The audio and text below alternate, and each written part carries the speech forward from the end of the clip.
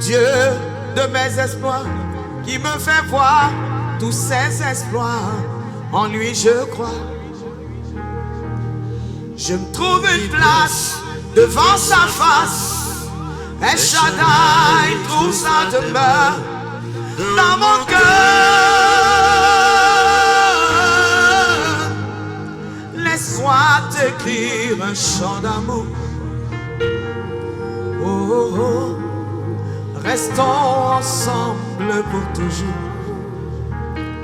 Il a mis fin au règne de mes souffrances, ainsi qu'à mes errances, dans les mauvais jours et devant tous mes défis. En lui je me confie, et quand je crie El Shaddai, il me répond. De lui ma vie dépend. Je l'aime, je l'adore mon roi. Je l'aime, je l'adore, oh, oh, oh. Je l'aime, je l'adore. Tu contrôles tout ce qui m'effraie. El Shaddai, devant tes yeux, je suis précieux.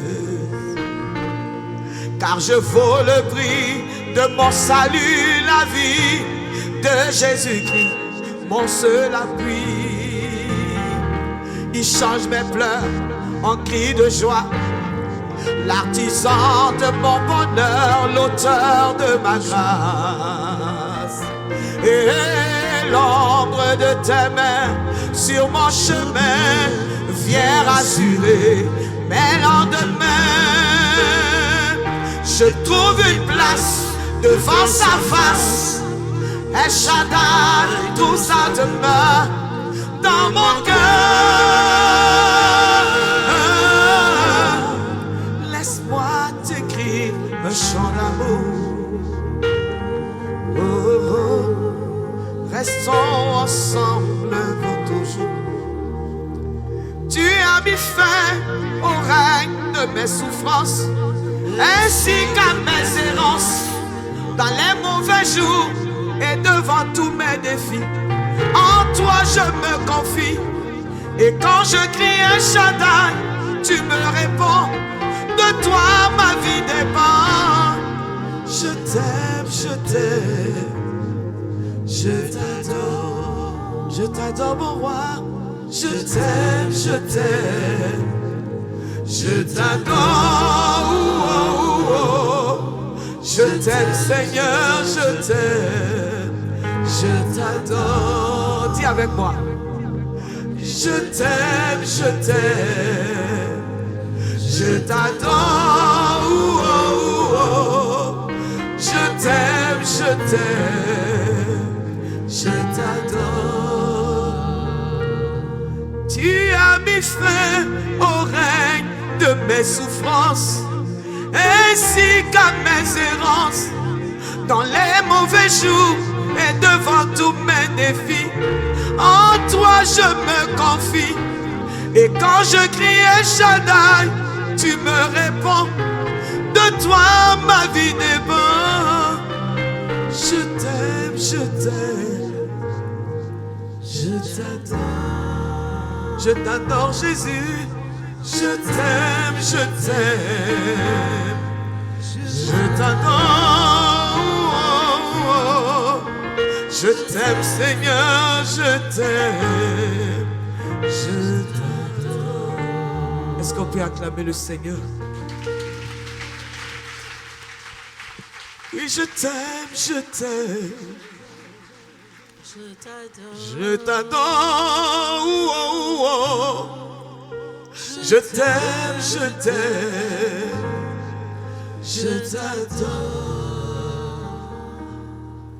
Je t'aime Jésus. Je t'adore, oh, oh, oh, mon roi.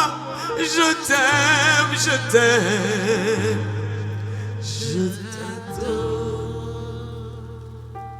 Il contrôle tout ce qui t'effraie. El Shaddai, devant ses yeux, tu es précieux.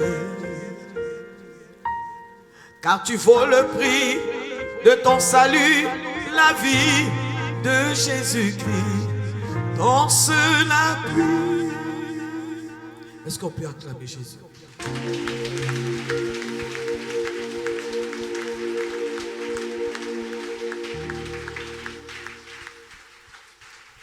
Je voudrais que tu t'asseyes dans sa présence. Je veux rendre grâce à Dieu pour ce jour qu'il a fait. Je veux bénir son nom parce que je sais une chose.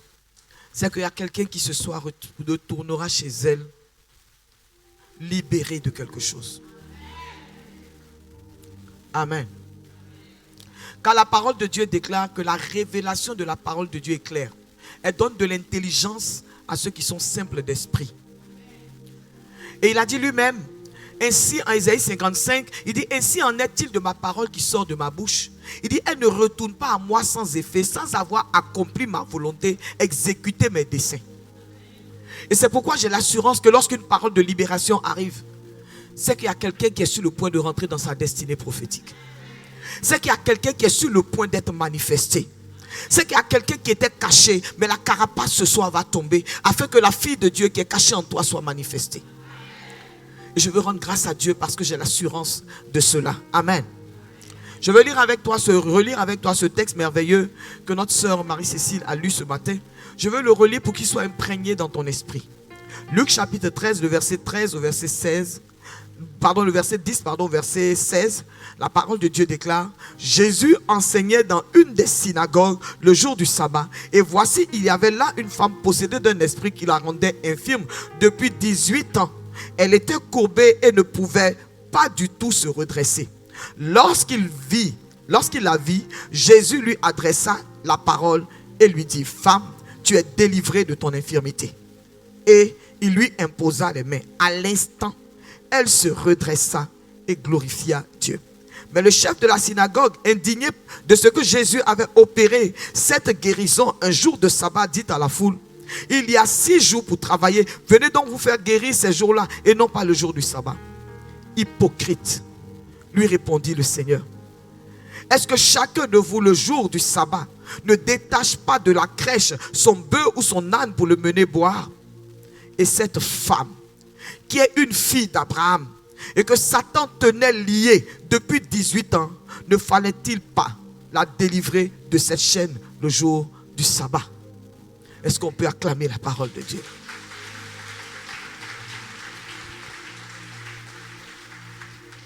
Amen. Cette histoire, bien-aimée, est l'histoire d'une de nos sœurs. Une histoire pathétique. Amen. Mais une histoire qui ressemble un peu à la nôtre. Amen.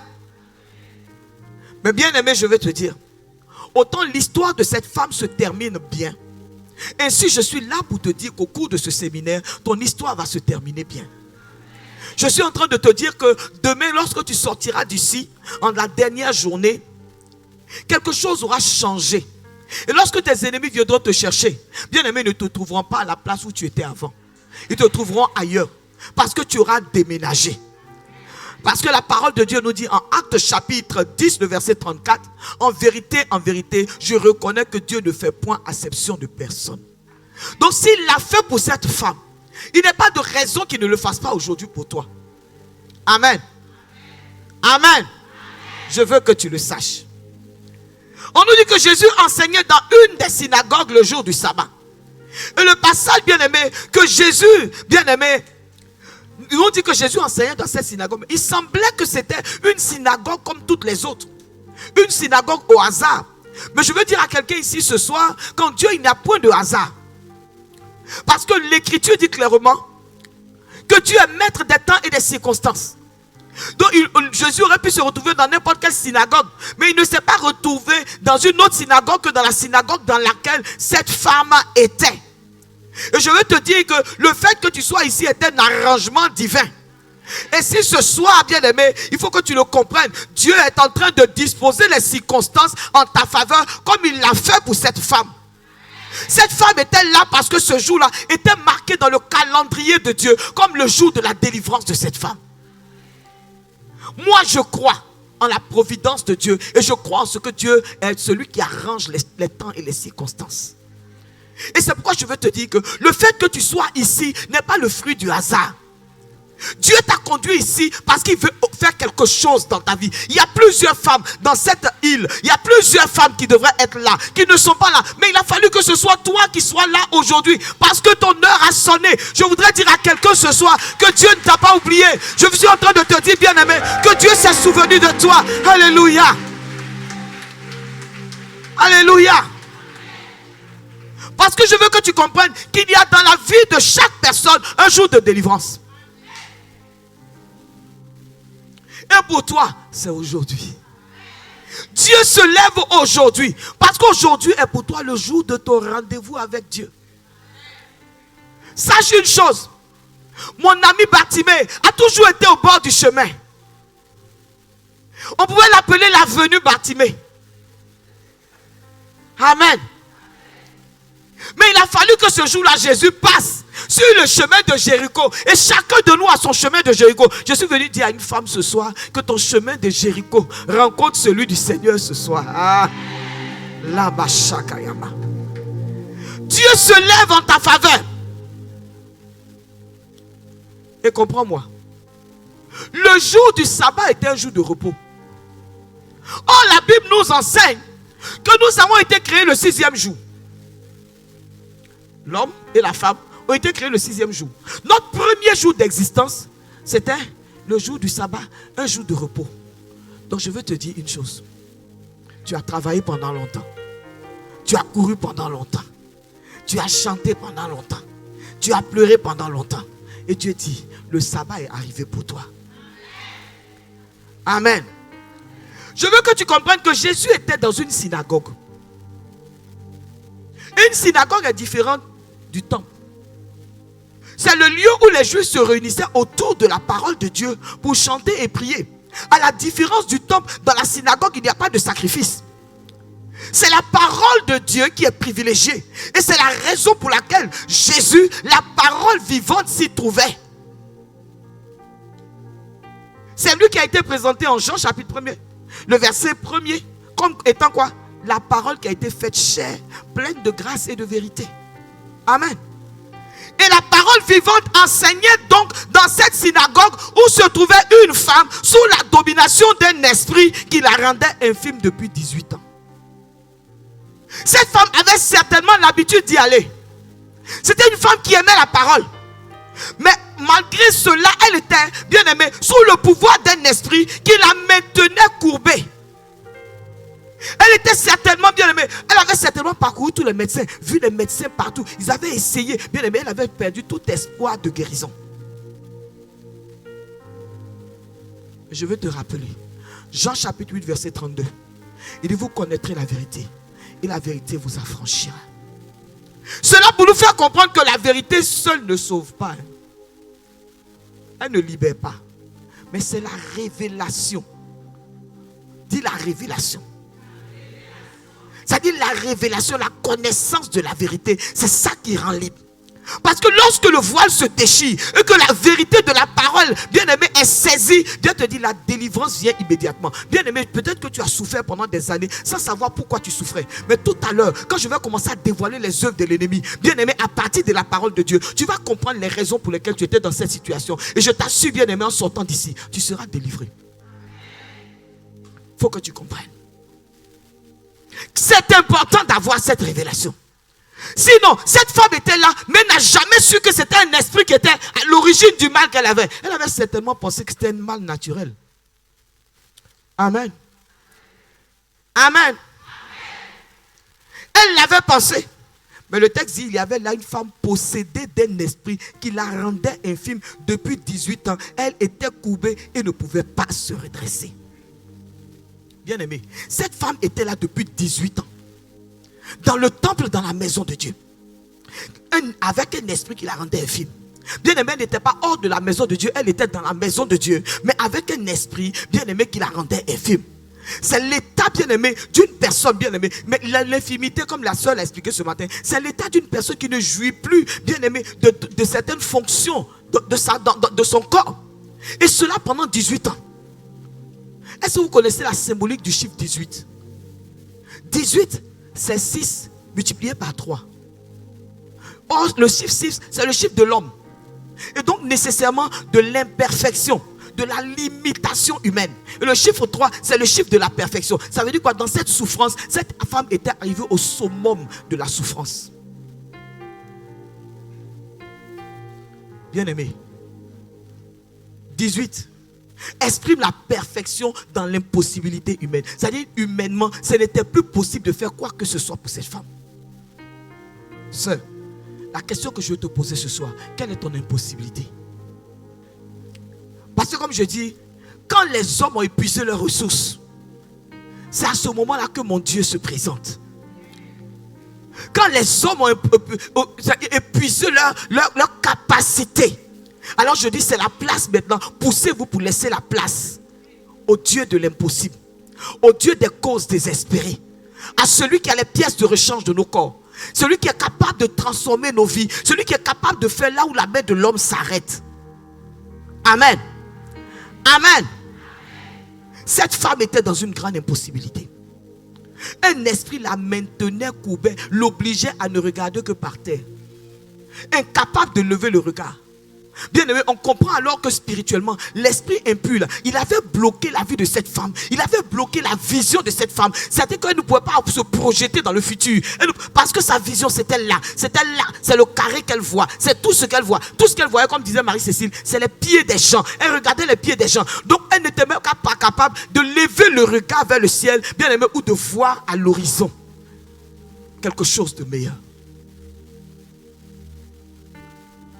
Elle aurait certainement aimé se marier, prospérer, faire des enfants. Mais elle n'était pas libre de le faire. Et cela nous parle de la captivité. Bien aimé, je te parle de la captivité. La captivité qui peut être une captivité, bien aimé, individuelle, mais elle peut être aussi une captivité collective. Comment se manifeste cette captivité? Elle se manifeste, bien aimé, en ce que quand tu regardes ta vie, tu te rends compte que quels que soient les efforts que tu fais et le domaine dans lequel tu essaies de te déployer, rien ne marche. Rien ne marche. Tu as l'impression d'être dans une prison. Au niveau du mariage, ça ne va pas. Tu cherches des enfants, ça ne va pas. Il y a un cantique chez nous qui dit ceci.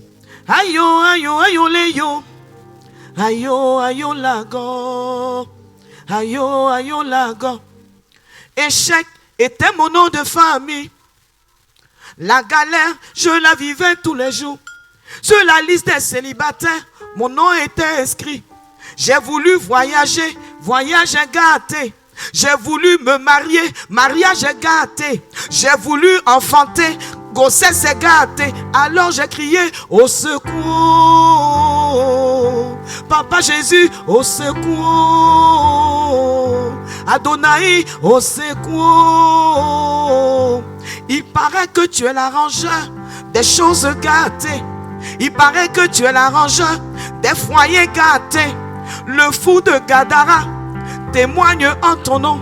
La fille de Jarus témoigne en ton nom. Alors moi j'ai dit, quand c'est gâté, gâté, c'est Jésus qui arrange. Quand c'est gâté, gâté, c'est Jésus qui arrange. Quand c'est gâté, gâté, c'est Jésus qui arrange. Bien aimé, c'est dans cet état que tu te trouves. Est-ce que vous imaginez que cette femme nous est présentée comme une fille d'Abraham, héritière des promesses, mais elle ne pouvait pas manifester son statut de fille de Dieu. Vous savez, quand la captivité touche ta vie au plan spirituel, tu te sens limité. C'est-à-dire que dans ta vie spirituelle, tu te rends compte que 10 ans, tu es au même niveau. Tu te vois confronté au même, c'est-à-dire au même péché. Tu as l'impression d'être fixé dans des péchés là. C'est-à-dire ils sont devenus des péchés mignons quoi. Tu cohabites avec eux, tu dors avec eux. Et puis pour finir, oui péché mignon, mignon. Reste à côté. On est en cohabitation pacifique. Tu ne progresses en rien. Les finances sont à terre. Bien aimé, quand tu es en captivité, je veux te dire quelque chose. En tant que témoin de Christ, tu ne peux pas être révélé. Tu es comme couverte. Et quand la captivité est collective, ça fait mal. Pourquoi? Parce qu'il y a des familles entières qui sont qui sont dans une sorte de prison. Où tu te rends compte que toute la famille, les filles ont beau être belles, elles peuvent s'aligner comme ça. Quand vous regardez, vous voyez 10 femmes. Elles sont toutes belles. Aucune n'est mariée. Quand même, au milieu des 10 là, on peut voir quand même une. J'ai vu une forme de captivité dans le village de mon époux. Une sorte de malédiction qui a été lancée sur une famille. Et regardez, à leur 40e année, 39e année, ils deviennent fous. Oui, j'ai vu 3 frères devenir fous successivement. L'année de leurs 40 ans, ils deviennent fous. Et je vous assure que ce n'est pas des moines. C'est-à-dire que c'est des directeurs de société, des gens d'un certain niveau qui à 40 ans deviennent fous et ils deviennent les fous du village. Et vous les voyez, ils se déshabillent, ils font n'importe quoi, ils se promènent dans le village. 2 ans, 3 ans après, quand son frère arrive à sa 39e année, où il va rentrer dans 40 ans, lui aussi devient fou. Et puis il vient aussi retrouver son frère au village. Donc les deux se promènent, les deux fous, ils se promènent. Et puis 2 ans, 3 ans après, il y a le 3e frère. 3 frères. 3 frères.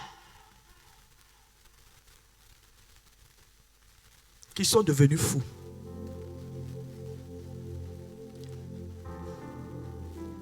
Il y a des familles dans lesquelles, bien aimés, les femmes peuvent être élevées, mais elles ne se marieront jamais.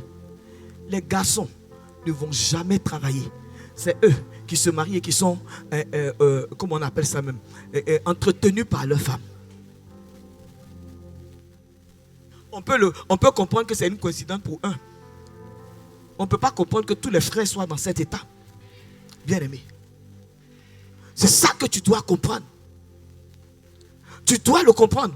On voit donc, bien aimé, qu'elles sont sous le pouvoir d'un esprit qui n'est pas là au hasard. Pourquoi? Parce que la parole de Dieu dit, en Proverbe 26, verset 2, comme l'oiseau s'échappe, comme l'hirondelle s'envole, ainsi, malédiction sans cause n'a point d'effet. Ça veut dire qu'il y a une cause. Il y a une raison profonde qu'il faut trouver. Parce que dites-moi, comment est-ce qu'on peut soigner une maladie si on n'en connaît pas l'origine? Comment c'est possible? Les causes des blocages sont nombreux. Parmi les blocages, il y a les péchés commis par nous-mêmes et les péchés commis par nos parents. Il y a les paroles négatives que nous prononçons sur nous-mêmes ou les paroles négatives qui ont été prononcées par nos parents. Il y a des décisions d'autorité mystique proches ou lointaines. Bien aimé, il y a des pensées négatives dirigées contre nous. Bien aimé, je veux commencer par le péché. Amen. Psaume 106, verset 39 à 43. Ils se souillèrent par leurs œuvres. Ils se prostituèrent par leurs actions. La colère de Yahvé s'enflamma contre son peuple et il prit en horreur son héritage. Il le livra entre les mains des nations. Ceux qui les haïssaient dominaient sur eux. Leurs ennemis les opprimèrent et ils furent humiliés sous leur puissance. Plusieurs fois il les délivra, mais ils se montrèrent rebelles dans leurs desseins et ils devinrent malheureux par leur iniquité. Dis Amen. Femme, je vais te parler. Péché numéro 1 chez les femmes. Péché sexuel. Et je vais te parler aujourd'hui de la loi du premier rapport sexuel. Écoute-moi bien. Le premier rapport sexuel est déterminant pour la suite de la vie d'une femme. Et tu sais pourquoi? Parce que c'est un fondement. C'est un fondement qui va déterminer tout l'avenir sexuel de cette personne. Et je vais te dire, au cas où tu ne le saurais pas, le corps de la femme est construit sur le modèle du temple de Jérusalem. Il y a le parvis, il y a le lieu saint, il y a le lieu très saint. Est-ce que tu comprends ce que je veux dire? Le parvis, c'est la partie extérieure. Si je me déshabille, tu me verras dans la partie extérieure, tu verras le parvis. Alléluia. Mais si tu rentres bien dans mon intimité, tu verras maintenant le lieu saint.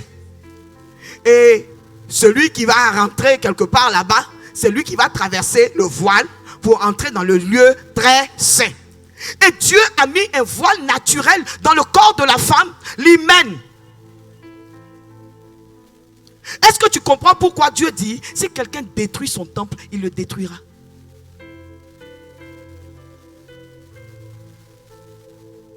Et toi, tu prends le temple de Dieu et tu en fais le temple, tu en fais un lieu de prostitution. Est-ce que tu sais que lorsqu'une femme a un premier rapport avec un homme, dans l'éjaculat d'un homme, il y a des particules de sang. Et ce jour-là, ton hymen aussi se déchire. Donc du sang sort. Les deux sangs se mélangent, ça fait alliance. Est-ce que tu comprends ce que je suis en train de te dire? Ça veut dire que là, il y a un hôtel qui est bâti.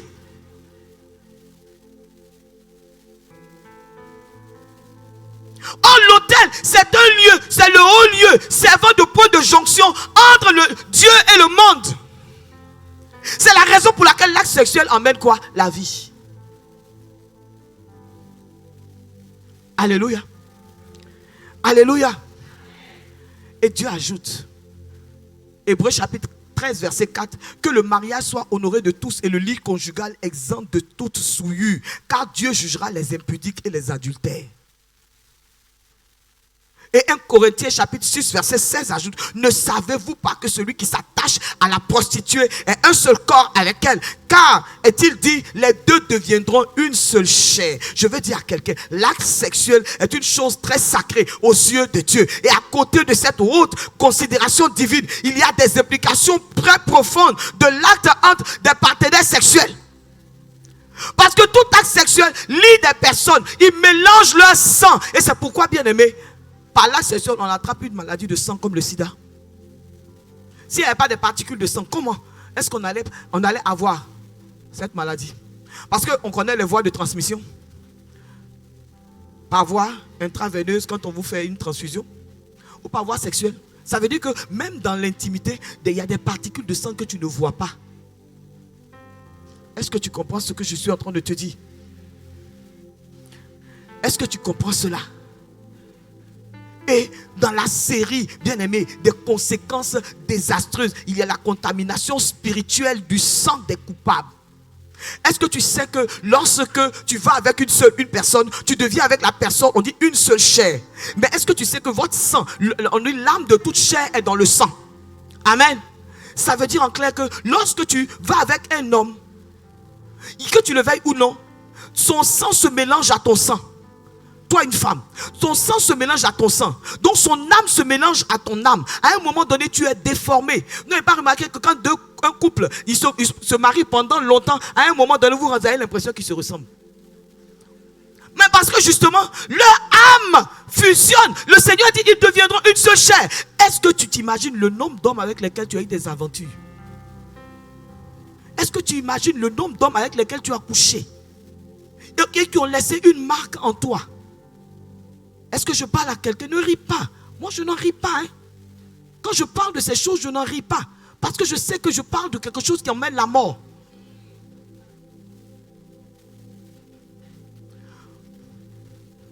Mais au-delà de cela, le premier rapport est dangereux. Parce que si ton premier homme est un vieux et un marié, tu vas te rendre compte que toute ta vie, ce sont des vieux et des mariés qui vont te suivre. Je parle à quelqu'un? C'est la loi des fondements. Tu vas te rendre compte que ta vie tourne. Tu n'arrives pas à rencontrer une personne seule qui veille de toi. Pourquoi? Parce que quand tu as posé le fondement avec un homme qui était marié. Et qui était un homme d'un certain âge. Donc tu vas voir que tu n'es attiré, ou bien tu n'attires que des personnes de cette catégorie-là. Je parle à quelqu'un.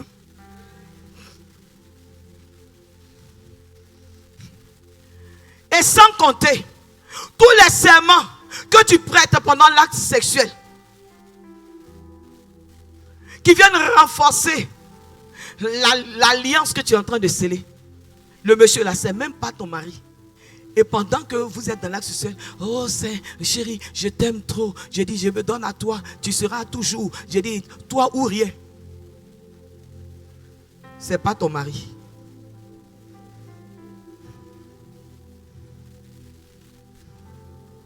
Je parle à quelqu'un. Je parle à quelqu'un. Est-ce que tu sais ce qu'on perd dans un rapport sexuel? C'est trop dangereux. Je vais te parler de quelqu'un qui a perdu des choses qui étaient essentielles dans sa vie et il s'appelait Judas. Lis Genèse chapitre 38, de verset 12 au verset 30. Ça te parle de l'histoire de Tamar. Tamar était une jeune femme qui était mariée au fils de Judas. Er est mort et il a donné sa fille comme selon la coutume à son frère. Son frère a refusé de faire des enfants avec elle. Et je crois que ce frère a fini par mourir. Un deuxième frère encore est mort. En fait, le comte Judas a eu peur de donner son dernier fils à cette femme, à Tamar. Et qu'est-ce qu'il va faire? Il va laisser Tamar ainsi. Un jour, Tamar apprend que son beau-père, quelque temps après, Judas lui-même va perdre sa femme. Et donc, il se retrouve seul maintenant. Et qu'est-ce que Judas fait? Il part pour aller pour aller vendre ses brebis quelque part. Et pendant qu'il va, sa belle-fille se déguise en une prostituée, se présente à lui et lui demande, et il va vers elle et dit, je veux avoir un temps avec toi. Et elle lui demande, mais comment tu vas payer? Il dit, je vais te donner un gage. Écoutez ce qu'il va dire. Quel gage veux-tu, te donnerai-je? Et elle dit, donne-moi ton cachet, ton cordon et le bâton que tu as à la main. Dis Amen. Bien aimé, est-ce que tu sais ce que symbolisent ces trois choses? Ah bon. Le cordon, c'était quoi? La sécurité de cet homme. Amen. Le bâton qu'il avait, c'était quoi? Son autorité. Amen. Le cachet qu'il avait, c'est le cachet qui est son autorité. Et le bâton qu'il avait, c'était le symbole de sa royauté. Ça veut dire qu'en un seul rapport sexuel, Judas a perdu son autorité. Il a perdu sa royauté. Il a perdu sa sécurité. Est-ce que vous comprenez? Est-ce que vous savez qu'il y a des femmes qui ont perdu, c'est-à-dire il y a des femmes qui ont perdu leur destinée dans un rapport sexuel? Est-ce que vous imaginez ce que je suis en train de vous expliquer? Moi, je l'ai vu. J'ai une de mes filles qui était arrivée de France après ses études avec qui? Avec son fiancé. Elle devait venir avec son fiancé. Il vivait déjà en France. Donc il devait se marier. Et elle l'a dévancé juste un mois et demi avant que lui n'arrive. Parce qu'il était professeur à l'université en France, il devait finir son programme. Donc elle est rentrée à Abidjan. Et elle rentre à Abidjan, il y a une de ses amies qui lui dit, écoute, tu sais, il y a une conférence qui se fait à Yamoussoukro. C'était une conférence de la Rose-Croix à Morque. Il dit, non, accompagne-moi, on va être hôtesse, on va se faire un peu d'argent. Comme elle est très jolie, elle s'en va à cette conférence. Elle arrive à la conférence et qu'est-ce qui se passe? Il y a un monsieur qui est assis dans la salle, qui a vu la jeune femme et qui a vu son étoile. Est-ce que vous savez que le même soir, il lui a lancé un sort, il a couché avec elle. Quand elle le rencontrait, il avait 7500 francs sur son compte, ce qui fait à peu près peut-être 15 euros. 15 euros. 10,50 euros à peu près. Est-ce que vous comprenez? Un mois et demi après, quand son fiancé est arrivé, elle dit, elle ne veut plus de lui. Est-ce que vous savez que ce monsieur a épousé cette jeune femme alors qu'il avait déjà 2 épouses? Écoutez ce que je suis en train de vous dire. Comme elle est allée à l'école, donc pour qu'il la voie, il allait l'épouser à la mairie.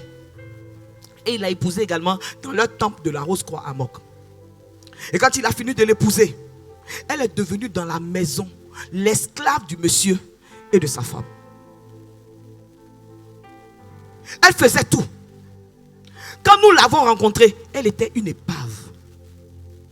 Le jour où elle est venue chez moi à la maison, dans mon salon, dès que j'ai ouvert la bouche, j'ai commencé à prier, elle est tombée. Elle était en position fœtale. Elle est restée de 9h le matin, couchée dans cette position jusqu'à 17h. Quand elle est sortie de là, ses yeux se sont ouverts à ce qu'elle vivait. Est-ce que vous savez qu'on n'a jamais vécu, je dis, un combat spirituel d'une telle intensité, d'un tel niveau? Pourquoi? Parce que toute la Rose-Croix à Morque a commencé à nous attaquer. attaqué, bien aimé, attaqué au milieu de l'année, on nous appelait parce qu'elle était en train de mourir, en train d'étouffer. Pendant ce temps, nous, on allait la chercher pour aller chez le père Abécan. Est-ce que vous savez qu'en partant, pendant qu'on s'en va, un camion quitte là-bas, il vient cogner notre véhicule, nous déposer quelque part là-bas. Pourquoi? À cause d'une personne. Est-ce que vous savez que quand on a réussi à délivrer cette soeur, autant cette soeur a commencé à se reprendre, autant le monsieur a commencé à tout perdre. Pourquoi? Parce qu'il a fait ce qu'on appelle un transfert. De quoi? Non, un transfert de destinée. Il a volé l'étoile de cette femme. Combien de femmes ont perdu leur étoile? Il y a des grandes servantes de Dieu, bien aimées, qui ont perdu leur étoile pour un rapport sexuel. Il y a des grandes femmes d'affaires qui ont perdu leur étoile, je dis pour un rapport sexuel. Je suis en train de te dire, bien aimé, les implications de ce que nous faisons. Deuxième point, les dettes spirituelles. Et là, je te parle des liens spirituels contractés par les alliances de nos pères. Cela entraîne des réclamations. Parce que même si nous ne sommes pas directement impliqués, c'est une loi spirituelle. Prenez la Bible et lisez 2 Samuel chapitre 21, le verset 1 au verset 14. Bien aimé. Ça, qu'est-ce que ça nous raconte? Ça nous raconte qu'il y a eu au temps de David, il y a eu quoi? Il y a eu une famine qui a duré 3 ans. David était un serviteur de Dieu. Il allait chercher la face de Dieu pour savoir pourquoi est-ce qu'il y avait cette famine. Et Dieu lui dit, c'est à cause de qui? Je vais vous lire. Ah, Seigneur. Aïe, aïe, aïe, aïe, aïe, aïe. Regardez ce qu'il dit. Il dit, attends, je vous lis. Il dit, c'est à cause de Saül et de sa maison sanguinaire. C'est parce qu'ils ont fait périr les Gabaonites. Mais qu'est-ce qui s'était passé? Israël venait de sortir, de rentrer dans la terre promise. Et Dieu lui avait dit de faire alliance avec aucun des peuples. Et malheureusement, les Gabaonites se sont déguisés. Ils ont fait croire qu'ils étaient très loin. Ils sont venus et Josué, sans avoir consulté Dieu, a fait alliance avec eux pour dire qu'il n'allait pas les attaquer. Alors que c'était un peuple qui était juste à côté. Vous comprenez? Et qu'est-ce qui va se passer? Quand Saül et ses fils vont arriver, ils vont poursuivre les Gabaonites, ils vont les tuer. Ils vont tuer une bonne partie des Gabaonites. Mais à l'époque, comme les Gabaonites étaient avec Israël, ils sont restés là, ils n'ont rien dit. Mais la loi de Dieu, qui voulait qu'on ne viole pas l'alliance, a fait en sorte que la famine est arrivée. Quand Dieu va demander à David, qu'est-ce qu'il faut faire? Dieu va dire à David, va voir les Gabaonites et va leur demander. Et les Gabaonites vont dire quoi? Écoutez ça. Il dit, ce n'est pas pour nous une question d'argent. Parce que lui, il voulait faire expiation en leur donnant de l'argent, en leur faisant des compensations. Mais qu'est-ce qu'ils vont leur dire? Ce n'est pas pour nous une question d'argent et d'or avec Saül et avec sa maison. Ce n'est pas nous, c'était pas à nous qu'il appartient de faire mourir personne en Israël. Et le roi dit, que voulez-vous que je fasse pour vous? Écoutez ce qu'ils vont répondre. Il dit, puisque cet homme nous a consumés et qu'il avait le projet de nous détruire, pour nous faire disparaître de tout le territoire d'Israël, qu'on nous livre 7 hommes d'entre ses fils et nous les pendrons devant l'Éternel à Gibéa de Saül, l'élu de l'Éternel. Et le roi dit, je les livrerai. Les 7 personnes qui étaient là, qui devaient être pendues, n'avaient rien à voir avec ce qui s'était passé. Leur seul péché, c'est d'avoir le même sang que Saül. La question que je vais te poser, quels sont les meurtres que tes pères ont fait? Quelles sont les erreurs que tes pères ont faites? Quels sont les sacrifices rituels que tes pères ont fait, qui entraînent aujourd'hui des réclamations dans ta vie?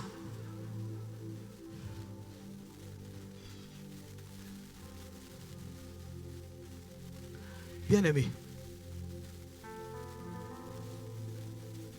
qu'est-ce qui s'est passé?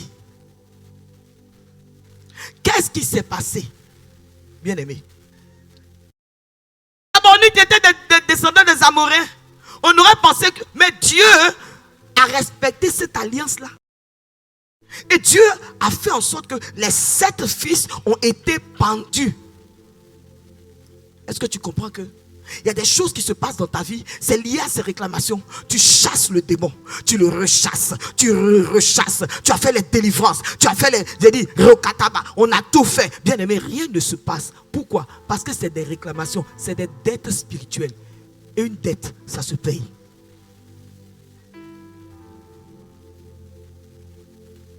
Alléluia.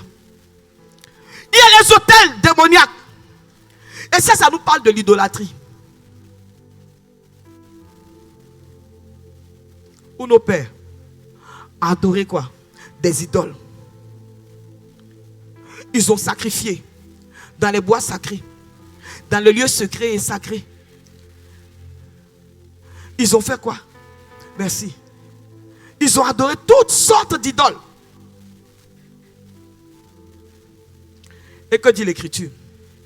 Que la malédiction des pères retombe sur les enfants jusqu'à la 4e génération de ceux qui haïssent Dieu. Mais Dieu soit loué. Il dit la bénédiction aussi retombe sur les enfants jusqu'à la 1000e génération de ceux qui le craignent. Alléluia. Alléluia. Les invocations des aïeux, les libations qu'on fait pour invoquer les aïeux. Vous nous avez quittés en Afrique. Vous êtes venus à un autre culte ici. On se connaît. Les libations. Est-ce que vous savez que là, chaque fois qu'on fait une libation et qu'on parle à la terre, on libère un esprit? Est-ce que vous le savez? On libère un esprit. Quand on va faire un sacrifice dans la mer et qu'on jette quelque chose, on libère un esprit qui s'attache à ta vie. Oui, mais tu allais lui demander une bénédiction, mais il va te donner ça comment?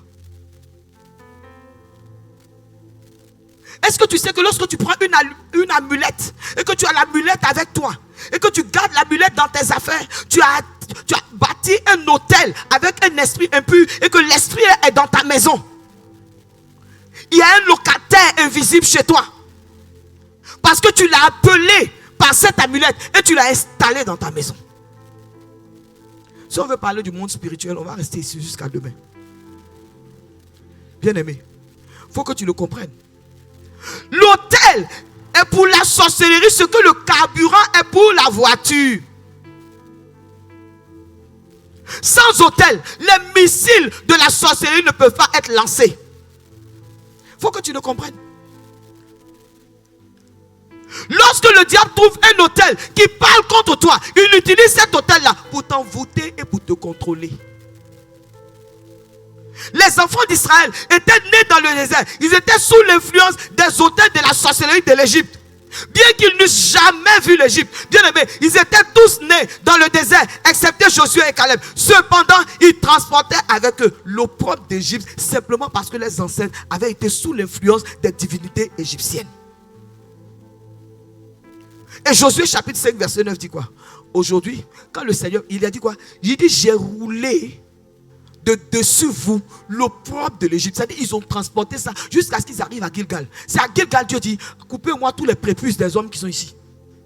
On a coupé tous les prépuces. Ils disent, et aujourd'hui que moi, Dieu, j'ai roulé l'opprobre de l'Égypte là de dessus vos vies. Bien aimé. Et je vais te dire quelque chose. On distingue plusieurs autels. Il y a l'autel personnel qui peut être dans les œuvres de la sorcellerie établi contre une personne de manière spécifique. Et quand l'autel est dressé contre toi, amen, c'est l'autel qui te cible avec précision. Par exemple, quand quelqu'un émerge pour aider les autres, remarquez bien, il a toujours des problèmes et il meurt vite. Vous n'avez pas remarqué? En tout cas, chez nous en Afrique, c'est fréquent. C'est-à-dire celui qui est dans la famille, celui qui émerge et qui aide les autres, lui, il ne vit jamais longtemps. Vous n'avez pas remarqué ça? Il vit vite, il meurt vite. Parce qu'on finit avec lui. Alléluia. Ou bien vous voyez dans une famille, celle qui est la plus belle, c'est elle qui ne veut pas avoir de mari. Toutes les rabougries comme moi, là, elles sont mariées. Amen. Amen. Il y a également les hôtels familiaux. Où c'est une famille qui est ciblée. J'en ai parlé tout à l'heure. Et il y a les hôtels régionaux. par exemple, quelqu'un qui a une autorité dans la nation, comme par exemple nous en Côte d'Ivoire, le président Félix Houphouët-Boigny, qui était quoi? Le fondateur de l'État de Côte d'Ivoire, qui pose par exemple des actions qui engagent tout le peuple. Il va aller par exemple faire des sacrifices quelque part pour que le pays soit paisible, mais que vous le veillez ou non, vous êtes sous l'autorité de cet esprit-là. C'est ce qui est arrivé par exemple en Éthiopie. Haïlé Sélassié, qu'est-ce qu'il a fait? Il était le fondateur, il a maudit l'Éthiopie. Alors il y a des problèmes. Il y a des problèmes. Bien aimé, il faut que tu le comprennes. C'est ce qui s'est passé dans le livre de Josué, Jéricho. Qu'est-ce qui s'est passé?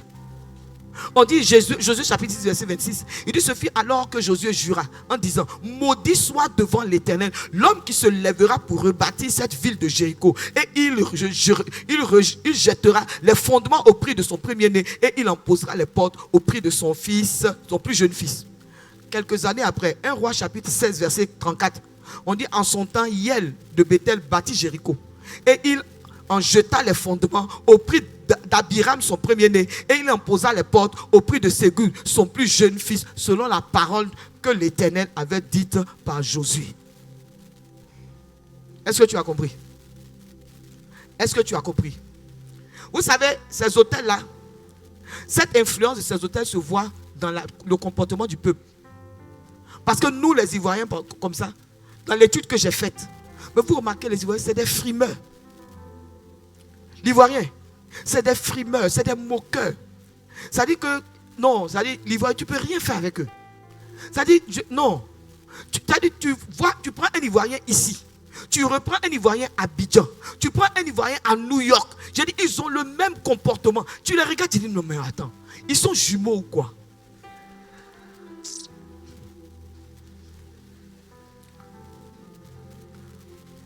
Alléluia. Sans compter la sorcellerie familiale. Qui va faire quoi? Qui va agir quand la Bible dit: l'homme n'a pour ennemi que les gens de sa maison. Dans le domaine de la sorcellerie, je vais te dire quelque chose. Il ne faut pas penser que non, c'est mon oncle, c'est ma tante, c'est ma maman, c'est mon frère. Je vais te dire, le sorcier n'a pas de sentiments. Le sorcier n'a pas de sentiments. Moi, je te donne mon témoignage. La propre grande sœur de ma mère, je suis en Martinique, heureusement, elle ne va pas m'entendre. Alléluia, parce qu'elle est encore vivante. La propre grande sœur de ma mère, qu'est-ce qu'elle a fait? C'est-à-dire, elle a fait venir des féticheurs venant d'ailleurs. Ils sont venus. Et qu'est-ce qu'ils ont fait? Quand ils ont fait le travail qu'ils devaient faire, il fallait que tous les membres de la famille, que nous venions manger. Donc, ils ont inventé un anniversaire. Ils ont dit c'était l'anniversaire de ma cousine. Donc nous tous on devait venir manger. Et l'objectif c'était quoi? C'est que quand on venait manger, notre cousine là prenait tout ce qui était grâce, c'est-à-dire nous concernant. Elle allait être la personne la plus élevée dans la famille. Et malheureusement pour eux, à l'époque, j'avais commencé à prier. Je priais tellement que, c'est-à-dire ma cousine là, elle et moi on était dans la même école. L'école normale supérieure. On était étudiants toutes les deux. Et il y avait un ami avec lequel elle était très proche. Et elle a dit à cet ami-là ce qu'elle était en train de faire. Alors qu'ils étaient comme ça. La Bible dit quand Dieu approuve les voies de quelqu'un, il dispose même favorablement ses ennemis. Je dis, ce frère a quitté la mer, venu me trouver. Il dit, tu seras à l'anniversaire le samedi. J'ai dit, c'est possible. Il m'a dit, ne va pas. Pourquoi il ne va pas? Il m'a dit, non, en fait, ce n'est pas son anniversaire. En fait, c'est un sacrifice qu'ils sont en train de faire pour qu'ils dominent sur vous. Il me dit, ne va pas. Donc moi, je sors de là, je vais trouver ma grand-mère parce que dans le contrat, il fallait que la personne la plus âgée de la famille et la personne la plus petite de la famille mangent. Je vais trouver ma grand-mère et je lui explique. Ma grand-mère dit, reste tranquille, je n'irai pas. Donc elle ne les prévient pas et ma grand-mère ne va pas. C'est ma petite soeur, ma dernière petite soeur qui est partie. Mais je peux pas vous dire les complications de la vie de ma soeur aujourd'hui. Ma fille a 40 ans cette année. Mais vous ne pouvez pas imaginer les complications de sa vie. J'ai jamais vu quelqu'un qui a une vie aussi compliquée au plan spirituel. Bien aimé, ma grand-mère n'est pas partie à cause de ça. Ma tante, ma cousine n'ont pas parlé à ma grand-mère jusqu'à sur son lit de mort. C'est sur son lit de mort que ma grand-mère a vu comme ça. Pour la dernière fois, la veille de sa mort, elle a vu ma cousine. Quand elle a regardé, elle a dit, hé Cathy, aujourd'hui tu es venue me voir. Elle ne lui a pas parlé pendant près de 6 ans. Pourquoi? Parce que ça n'a pas marché. Et vous savez, cette tante-là avait vu mon étoile depuis longtemps. Je vais vous expliquer ce qu'elle a fait. Je devais faire ma première communion. Imaginez, ma première communion. Ma tante est venue dire à ma mère de ne pas acheter ma robe de communion, qu'elle-même elle allait l'acheter. Est-ce que vous savez ce qu'elle a fait? C'est la robe de sa fille, que sa fille a portée à sa première communion. Et la robe là, quand la fille a porté, elle n'a pas lavé la robe. Et elle a donné la robe parce qu'elle faisait patienter ma mère. Ma mère dit, mais la communion c'est dans la semaine. Tu as dit que tu as donné la robe. Donc dis-moi si tu ne peux pas, je vais acheter la robe. Elle dit, non, je vais te donner. Je vais t'envoyer la robe vendredi. Est-ce que vous savez qu'elle a envoyé la robe vendredi soir à l'heure ainsi à ma mère? La robe était sale. Ça veut dire que ma cousine a porté et qu'elle a sali la robe. On n'a pas lavé la robe blanche. On n'a pas lavé. Elle m'a donné tous les habits de ma cousine. Vous savez ce qu'elle a fait? Elle a fait un transfert. Est-ce que vous savez que à partir de ce moment, ma cousine a commencé à briller. Et moi, j'étais terne. Jusqu'à ce que j'arrive et que je rencontre celui qui change les destinées, celui qui change les vies, celui qui dit non. Yeah! Ah! Bien aimé, quand j'ai rencontré Jésus et que j'ai commencé à prier, quand j'ai commencé à prier, bien aimé, mon étoile a commencé, bien aimé, les chaînes qui étaient à mes pieds ont commencé à tomber, bien aimé, mon étoile, bien aimé, a commencé à briller. J'ai commencé à m'élever. Au fur et à mesure que je m'élevais, ma cousine était en train de descendre. Je dis, elle descendait, elle descendait, elle descendait, elle descendait. Vous me laissez tranquille, j'ai quitté Abidjan pour venir jusqu'ici. Alléluia. Après demain, je suis parti. Donc laisse-moi prêcher. Je ne veux plus voir ton papier. Amen. Bien aimé, il y a eu ce transfert. J'ai commencé à m'élever. Et vous savez, quand Dieu veut vous donner un nom, c'est ça que ce nom-là que le diable vole. Ma cousine avait commencé à avoir un nom. Dans toute la Côte d'Ivoire, on parlait d'elle. Elle est belle, elle est ceci, elle est cela, elle est ceci, elle est cela. Quand j'ai commencé, bien aimé, à sortir du lot et que les gens ont commencé à parler de moi, ma cousine a commencé. Je dis, les scandales qui étaient cachés derrière sa vie ont commencé à sortir. Elle est lesbienne, elle est ceci, elle est cela. Bien aimé, sa vie et son étoile ont commencé à s'éteindre. Maintenant, bien aimé, elle ne pouvait plus passer où. J'ai dit, sa maman a commencé à me détester d'une haine démoniaque. D'une haine démoniaque. Et pendant qu'elle me détestait, Dieu m'élevait. Jusqu'à ce que Dieu me dise, tu vois Yvette, des 9 promesses que j'ai faites à Abraham, j'ai accompli 8 pour toi. Il reste une seule promesse. Il dit, qui es-tu pour avoir un nom? Qui te connaît? Il dit, personne. Il dit, aujourd'hui ton nom il va jusqu'aux États-Unis. J'ai dit à Abraham, je rendrai ton nom grand. Bien aimé, la sorcellerie, je vais te dire, a des objectifs clairs. Affaiblir la victime, vaincre la victime, détruire leur victime. Bien aimé, je vais te dire, et sa stratégie, il y en a plusieurs. C'est par l'incantation. Parce que je vais te dire, ils font des incantations, ils font des transactions spirituelles. Tout à l'heure, pendant qu'on était en train de parler, l'Esprit de Dieu me parlait. Amen. Je vais te rendre mon témoignage encore. La sorcellerie familiale. Pour vous imaginer. Quand je devais me marier, que mon mari m'a rencontré, sa mère s'est levée pour aller le trouver alors qu'il avait déjà 35 ans. Pour lui dire, ne te presse pas de te marier. Même à 50 ans, tu peux te marier. Donc, il s'est tourné vers sa mère pour lui demander, j'ai dit, quand tu avais mon âge, puisque tu as fait jusqu'à 10 enfants, mais tu avais déjà au moins 7 enfants. Pourquoi à mon tour, tu veux que moi, j'attende? Ma belle-mère, je l'ai vue une fois. À ce moment-là, son fils me draguait. Je n'avais même pas encore dit oui. Donc, il m'a invité. Puis, je suis venu chez lui, on a mangé. Sa mère est venue, puis elle m'a trouvé. Le jour, elle m'a vu. La nuit, je dors. La femme vient m'attaquer. Aïe. Mais vous connaissez. J'ai dit, je l'ai chicoté proprement. Je l'ai frappé proprement et cassé son bras. Et quand j'ai cassé son bras dans le songe, j'ai cassé son bras le matin, monsieur, j'ai appelé, j'ai dit, toi là, tu dis, tu veux me marier? Tu n'as même encore dit oui. Pourquoi ta maman vient m'attaquer en rêve? Mais dit, comment ça? J'ai dit, j'ai vu ta maman, elle est venue m'attaquer en rêve. Est-ce que vous savez que le soir, sa maman vient avec le bras comme ça, dans un foulard. Qu'est-ce que tu as? Non, la nuit là, j'ai mal dormi, mon bras me fait mal. Il dit, maman, tu es venu pourquoi? Non, il suis venu te parler. La fille que tu as vue là, il ne faut pas la marier. Il dit, je vais la marier. C'est là même je vais la marier, maman. Je vais bien la marier. Je te préviens que je vais la marier. Ma belle-mère a dit qu'elle ne viendrait pas à notre mariage. Vous comprenez? Je vais la marier. Et il m'a marié. Quand il m'a marié, bien aimé, avoir enfant, problème. Et le songe que j'ai fait, j'ai vu ma belle-mère qui est rentrée dans notre maison comme ça. Là où mon mari met ses dessous, elle est partie et puis elle a enlevé quelque chose et elle est partie. Je te parle des transactions. Elle a volé la semence de mon mari et elle l'a vendue sur le marché de la sorcellerie. Après plusieurs examens, on a écrit sur le papier de mon mari, jeune homme de 35 ans, dont le spermogramme se dégrade progressivement malgré le traitement. Conclusion générale, azoospermie sévère. Mais elle ne connaissait pas le Dieu qui appelle à l'existence ce qui n'existe pas. Le Dieu qui m'a dit, prends le texte d'Ézéchiel 37 et prophétise sur la semence de ton mari. De sorte que je me suis assis, j'ai dit, chef, couche-toi. Et je mets ma main quelque part. Rekatobo shakayama, intarama sikaramade, lebashada, intarama sheke, mbaramayata, intarama sikarama, reketebo sheka, intarama. Il enlève ma main, je remets ma main. Lebashakayama sotareberebe. Seigneur, ramène la semence.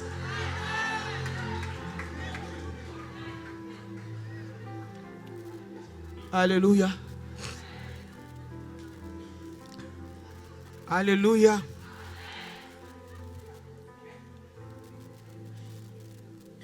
J'ai vu une jeune femme. Je vous parle des œuvres.